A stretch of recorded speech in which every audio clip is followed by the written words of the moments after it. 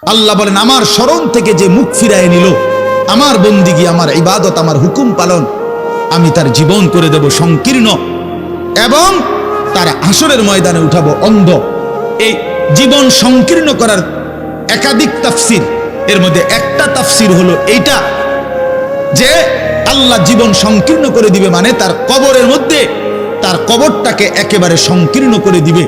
আল্লাহ রসুল বলছে নাফরমানের কবর রাইখা যখন ফেরেশতা চলে যাবে, কবর ডান পাশের মাটি তারে একটা চাপ দিবে বাম দিকে, বাম দিকের মাটি এক ডান দিকে, আল্লাহর কসম ডান পাশের হাড্ডি পাজর ভাঙ্গা ডান দিকে বাম দিকে চলে যাবে, বাম দিকের হাড্ডি পাজর ভাঙ্গা। রাসূলুল্লাহ সাল্লাল্লাহু আলাইহি ওয়াসাল্লাম বলছে বন্ধু দেখেন হাত্তা তাখতালিফা আদলাউহু, এই দুই আঙ্গুল যেভাবে একটার ভিতরে ঢুকে গেছে, খোদার কসম ডান পাশের হাড্ডি পাজর বাম পাশের হাড্ডি পাজর এইভাবে একটার ভিতরে ঢুকে যায়। এটার অর্থ এটা। হ্যাঁ, রাসূলুল্লাহ সাল্লাল্লাহু আলাইহি সাল্লাম একদিন হযরত বারা ইবনে আযিব রাদিয়াল্লাহু তাআলা আনহু থেকে বর্ণিত, নবীজি একদিন এক সাহাবীর জানাজা পড়তে গেছেন। জানাজা পড়তে গিয়ে খালি কবরের সামনে কিছুক্ষণ দাঁড়াইছেন, তখনও ওনারে কবরে রাখে নাই, জানাজাও পড়ায় নাই। নবীজি আগে গিয়া কবরটার সামনে দাঁড়াইছে। হযরত বারা ইবনে আযিব বলেন আমরা নবীজির সাথে ছিলাম, আল্লাহ নবী সাল্লাল্লাহু আলাইহি সাল্লাম কবরের খালি এই কবরে দেখা অঝরে কাঁদতে শুরু করছে। আমরা সবাই সাহাবীরা নবীজির সাথে কাঁদতে শুরু করলাম। অনেকক্ষণ কাইদা নবীজি চোখের পানি মুইছা আজীব কথা বলছে নবী। রাসূলুল্লাহ সাল্লাল্লাহু আলাইহি সাল্লাম সাহাবীদেরকে লক্ষ্য করে বলছে ইয়া ইখওয়ানি লিমিসলি হাদা ফাআইদ্দু, আমার বন্ধুরা আমার সাথীরা এই কবরে যাওয়ার জন্য তোমরাও রেডি হও। ফাআইদ্দু, তোমরাও প্রস্তুতি নাও, অচিরেই তুমি আমি সবাই এই কবরেই পৌঁছে যাইতে হবে। রাসূলুল্লাহ সাল্লাল্লাহু আলাইহি সাল্লাম বলছে প্রিয় বন্ধু আমার, জওয়ান সাথী আমার, সামান্য এই কয়েকটা দিনের জওয়ানি নষ্ট না করা, নষ্ট না করা, কোনোভাবেই নষ্ট না করা। তো এই জন্য বললাম এই সূরা মুলক এটা আল্লাহ তাআলা অত্যন্ত ফজিলতপূর্ণ একটি সূরা। রাসূলুল্লাহ সাল্লাল্লাহু আলাইহি সাল্লাম বলছেন এটা কবরের আযাব থেকে রক্ষা করবে। এই সূরা নিয়মিত তাফসীরের মধ্যে আমি নিজে পড়ছি, তাফসীরে কুরতুবীতে আছে। আল্লাহ নবী সাল্লাল্লাহু আলাইহি সাল্লাম বলেন লাওয়াদিতু, নবীজি বলেন আমার দিলের আশা, আমার দিলের তামান্না, আমার উম্মতের প্রতিটা মুমিন তার কলিজার ভিতরে তার জবানে এই সূরা মুলক থাকুক, সূরা মুলক থাকুক। অর্থাৎ রাসূলুল্লাহ সাল্লাল্লাহু আলাইহি সাল্লাম বলতেন আমার প্রতিটা মুমিন বান্দা উম্মত যেন এই সূরা মুলক তেলাওয়াত করে, যেন কবরের আযাব থেকে রক্ষা পায়। নবীজি 5 ওয়াক্ত নামাজের পরে, আল্লাহর কসম ভাই এখানে অনেক ওলামায়ে কেরাম আছে, আপনি জিজ্ঞাসা করুন, নবীজি 5 ওয়াক্ত নামাজের পরে, সরদারে দু আলম নবীর তো কোনো গুনাহ নাই, তিনি নিষ্পাপ, তিনি তো জান্নাত উদ্বোধন করবেন। আনা আউয়ালু মান ইয়াকরাউ বাবাল জান্নাহ, নবী বলছে আমি সেই মুহাম্মদ যে প্রথম জান্নাতের দরজা আমি নাড়বো, জান্নাতের কড়া নাড়বো আমি মুহাম্মদ। ভিতর থেকে ফেরেশতা বলবে আপনি কে? আমি বলবো মুহাম্মদ। ফেরেশতা বলবে আনতাজিরু লাক, আমি তো আপনার অপেক্ষাই করছিলাম, আপনি আসবেন বলেই তো অপেক্ষায় ছিলাম, আপনি উদ্বোধন করে দিলেই তো বাকিরা ঢুকবে। তো সেই নবী যিনি জান্নাত উদ্বোধন করবেন, তিনি 5 ওয়াক্ত নামাজের পরে ভাইয়া প্রতিদিন তিনি যেই কথাটা দোয়া করতেন, এর মধ্যে একটা দোয়া এটা, আল্লাহুম্মা ইন্নী আউযু বিকা মিন আযাবিল কবর ওয়া মিন ফিতনাতিল কবর ওয়া মিন ফিতনাতিল মাসীহিদ দাজ্জাল ওয়া মিন ফিতনাতিল মাহইয়া ওয়াল মামাত। আল্লাহ আমি কবরের আযাব থেকে পানাহ চাই।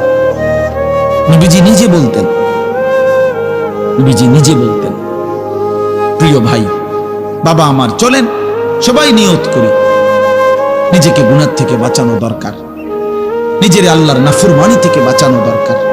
আল্লাহ তাআলা বলেন ইন্নাল্লাযীনা ইয়াখশাউনা রাব্বাহুম বিল গায়ব, আমি আল্লাহকে না দেখে, আমার কথাগুলো আখিরাত সম্পর্কিত এগুলোকে না দেখে যারা আমি আল্লাহকে ভয় করে, আখিরাতকে ভয় করে, জাহান্নামকে ভয় করে, কবরকে ভয় করে। আল্লাহ বলেন, তাফসীরের মধ্যে লিখছে, ভয় করে মানে হলো গুনাহ বর্জন করে। কোন ব্যক্তি আল্লাহকে ভয় করে, খোদার কসম এই কথার অর্থ হলো গুনাহ ছেড়ে দেয়। যে গুনাহ ছেড়ে দেয় সে আল্লাহকে ভয় করে, যে আল্লাহকে ভয় করে সে গুনাহ ছেড়ে দেয়। কোন নাফরমান আল্লাহকে ভয় করে না, আল্লাহকে ভয় করলে গুনাহ করতে পারে না। বুঝেন নাই বাংলা কথাটা? এটা কাগজের এই পিঠ ও পিঠ, কাগজের এই পিঠ ওই পিঠ। এই পিঠে যদি লেখা আছে আল্লাহর ভয়, তো ওই পিঠে লেখা থাকবে গুনাহ বর্জন। যে গুনাহ ছেড়ে দেয় সে অটোমেটিকলি আল্লাহকে ভয় করে, যে আল্লাহকে ভয় করে সে গুনাহ বর্জন করে। এই জন্য তাকওয়ার অর্থ আল্লাহর ভয়, এটার প্রথম অর্থ হইল গুনাহ বর্জন। মান খাশিয়ার রহমান, আল্লাহকে ভয়, এটার প্রথম অর্থ গুনাহ বর্জন, গুনাহ বর্জন। আমার শায়েখ আল্লামা মুফতি মুশতাকুর নবী সাহেব সব সময় চিল্লায় মাহফিলে, অনেক সময় হাজারি করে বলে যে বাপ, গুনাহ আগুন, গুনাহ আগুন, গুনাহ আগুন। প্রতিটা গুনার পিঠে ওই পিঠে আগুন আছে। নারীর প্রতিটা বেপর্দা দৃশ্যের মধ্যে খোদার কসম আগুন জ্বলে। ওই সিনেমার নর্তকীর শরীরে আগুন জ্বলে, ওই নায়িকার শরীরে আগুন জ্বলে, মোবাইলের ওই অস্থির ছবির মধ্যে আগুন জ্বলে, মদের আড্ডায় আগুন জ্বলে, জুয়ার আড্ডায় আগুন জ্বলে, সুদের টাকায় আগুন জ্বলে, ঘুষের টাকায় আগুন জ্বলে, বেপর্দা নারীর শরীরে আগুন জ্বলে। ওইটা রূপ না, ওইটা আগুন, ওইটা জাহান্নাম, ওইটা জাহান্নাম। আল্লাহ তাআলা বলেন, ইন্নাল্লাযীনা ইয়াখশাউনা রাব্বাহুম বিল গায়ব। আল্লাহ তাআলা বলেন, আমার যে বান্দারা আমার আখিরাত, আমার জাহান্নাম, আমার পরকাল, আমার কবর, এই কথাগুলোকে ভয় করে, আমি আল্লাহকে ভয় করে, না দেখে, না দেখে, আল্লাহ বলেন আমি ওয়াদা দিলাম, লাহুম মাগফিরাতুন ওয়া আজরুন কাবীর, আমি তাদের পেছনের সব গুনাহ মাফ করে দেব, আর আমার সবচেয়ে বড় পুরস্কার জান্নাত দিয়ে দেব। এখানে এটা এমন শব্দ না যে কিছু শব্দ তো আছে একটা শব্দের সাথে আরেকটা বলছে অর্থহীন, যেমন কলম টলম। তো এটা সবাই বুঝে যে টলমের কোনো অর্থ নাই। কাগজ টাগজ, তো কাগজের অর্থ নাই। কিন্তু শিক্ষা দীক্ষা এমন না, শিক্ষা শব্দের উল্টা না, এটা এমন না যে এটা শিক্ষার উল্টা কিছু না, এটা আলাদা শব্দ।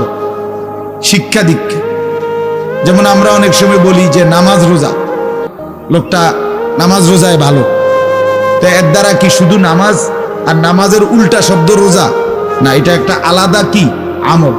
নামাজ একটা ইবাদত, তো রোজা একটা ইবাদত। তো শিক্ষা এটা একটা বিষয়, দীক্ষা এটা একটা বিষয়। শিক্ষা তো তালিম, দীক্ষা এটা তরবিয়ত, আখলাক। আখলাক অর্থাৎ শব্দ মুখস্থ করা এটা যেমন জরুরি, জিন্দেগি গঠন করা এটাও সমান জরুরি, বরং তার চাইতে বেশি জরুরি। এজন্য আমাদের ফেনীর একজন বড় বুজুর্গ আলেম আছেন, ফেনী জামিয়া রশিদিয়া মাদ্রাসার হযরত মাওলানা মুফতি শহীদুল্লাহ দামাত বারাকাতুহুল আলী, বাংলাদেশের অনেক বড় একজন বুজুর্গ আলেম। হযরতের মাদ্রাসা ফেনীতে, সেই মাদ্রাসা একটা মাদ্রাসায় কওমি মাদ্রাসা, সেখানে প্রায় 6 থেকে 7 হাজার ছাত্র পড়ালেখা করে, প্রায় 200-এর উপরে উস্তাদ আছে, 200-250 হবে। তো এই জন্য বললাম যে হযরত সবসময় বলে যে পড়া মেধা অনুপাতে কম বেশি হইতে পারে, আখলাক বরাবর হইতে হবে। আখলাক, ছাত্র মেধাগত যোগ্যতার কারণে কেউ রুল নাম্বার 1, কেউ রুল নাম্বার 10, কিন্তু আদব আখলাক বরাবর বরাবর হওয়া চাই। আমরা এটা খুব খেয়াল করি না। আজকে সবাই মনে করে বাচ্চার পড়ালেখা হচ্ছে, ঠিক আছে, পড়তেছে, যাইতেছে, আসতেছে, ছেলেটা পড়তেছে, রেজাল্ট আসছে, কিন্তু আখলাক কোথায়? যে ছেলেটা কখনোই প্রস্রাব করে টয়লেট পেপার ব্যবহার করে না, দাঁড়িয়ে বসে প্রস্রাব করার ক্ষেত্রে কোনো পার্থক্য করে না, তো তার আখলাক, তার জীবন গঠন হইল, শব্দ না মুখস্থ হইল, শব্দ না মুখস্থ হইল। যে ছেলেটা তার মোবাইলের মধ্যে রাত দিন নাচ গান ছবি জিনা ব্যভিচারের দৃশ্য, অথবা শুধু শুধু অনর্থক মোবাইলটা টিপলো, তো পড়া তো মুখস্থ করলো, কিন্তু আখলাক কই হইল? আখলাক কই হইল? 3 বছরের বাচ্চার হাতে মোবাইল দিয়ে দিছে, 2 বছরের বাচ্চার হাতে অভিভাবক মোবাইল দিয়ে দিছে। মানে খামখেয়ালির এক জিন্দিগি। এক সন্তান গঠন কিভাবে করতে হয় মুসলমান তাও জানেন, তাও জানেন। বাচ্চাকে টেলিভিশনের হাতে তুলে দিছে, টেলিভিশন দেখে দেখে শেখো। বাচ্চাতে সমবয়সীদের হাতে তুলে দিছে, যে সমবয়সী বন্ধুদের সাথে আড্ডা দিতে দিতে যা শেখো শেখো। এটা কখনোই কি না, নিয়ম না। রাসূলুল্লাহ সাল্লাল্লাহু আলাইহি ওয়াসাল্লাম বলছেন, কুল্লু মাউলুদিন ইউলাদু আলাল ফিতরা, প্রত্যেকটি মানব সন্তান আল্লাহকে মানার শতভাগ যোগ্যতা নিয়ে পৃথিবীতে ভূমিষ্ঠ হয়। কোরআন শরীফে আল্লাহ তাআলা বলছেন, ফিতরাতাল্লাহিল্লাতী ফাতারান নাসা আলাইহা, কোরআনের আয়াত। আল্লাহ তাআলা বলেন, দিন মানার পুরা যোগ্যতা দিয়েই আমি আল্লাহ মানুষকে সৃষ্টি করেছি। আল্লাহ তাআলা এমন একটি হুকুম করে নাই, এমন একটা বিষয় নিষেধ করে নাই যা পালন করার যোগ্যতা কিংবা বর্জন করার যোগ্যতা আল্লাহর বান্দার শরীরের মধ্যে নাই, এমন কোনো বিধান নেই। আমার মধ্যে রুকু করার যোগ্যতাই নাই, অথচ আমারে রুকু করতে বলছে, অথচ আমার কোমর বাঁকা হয় না, বিষয়টা এমন না। আমি সেজদাই দিতে পারি না, আমার হাঁটুও বাঁকা হয় না, কনুইও বাঁকা হয় না, কোমরও বাঁকা হয় না, অথচ আল্লাহ আমারে বললেন সেজদা দিতে। বিষয়টা কি এমন? কথা বুঝছেননি আমার কথাটা? আমারে বানাইলেন তাল গাছ, আমারে বলতেছেন সেজদা দিতে। এইটা বললে না জুলুম হইতো? এটা বললে না জুলুম হইতো? কিন্তু আল্লাহ তাআলা যতগুলো হুকুম করেছেন, যতগুলো নিষেধ করেছেন, প্রতিটা হুকুম পালন করা, প্রতিটা নিষেধ বর্জন করার 100 যোগ্যতা আল্লাহ তাআলা বান্দার শরীরের মধ্যে দিয়েছে। কোরআনুল কারীমের মধ্যে আছে, আল্লাহ তাআলা বলেন, বান্দা আমি তোমাকে বানিয়েছি নাবতালিহি, পরীক্ষা করার জন্য, আর পরীক্ষায় উত্তীর্ণ করার উপযোগী। ফাজআলনাহু সামিআম বাসীরা, আমি আল্লাহই তোমাকে শুনবার জন্য কান দিয়েছি, দেখবার জন্য চোখ দিয়েছি। তাফসীরের মধ্যে লিখছে, অর্থ হইল আমাকে মানবার পুরা যোগ্যতা সম্পূর্ণ শরীর দিয়েছি।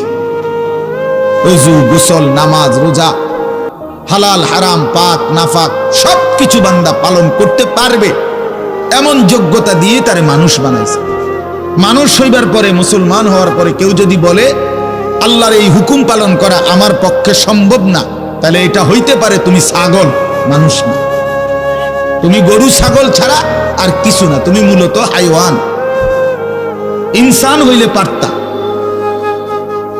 তুমি যদি মানুষ হইতা তা ঠিকই পারতা, তুমি যদি মানুষ হইতা তো পারতা। মূলত তুমি নিজের মানুষ এই পরিচয় ভুলে গেছো। তো এই জন্য বাপ আল্লাহ নবী সাল্লাল্লাহু আলাইহি সাল্লাম বলেন, ফাআবাওয়াহু ইউহাব্বিদানিহি আও ইউনাসসিরানিহি আও ইউমাজ্জিসানিহি, মা বাপ সন্তানকে ইহুদি বানিয়ে দেয়, অথবা খ্রিস্টান বানিয়ে দেয়, অথবা অগ্নি পূজক বানিয়ে দেয়। সরাসরি হাদিস, বাবা মা নষ্ট করে দেয় সন্তান। রাসূলুল্লাহ সাল্লাল্লাহু আলাইহি সাল্লাম বলছেন, বাবা মা 3 বছরের বাচ্চাটা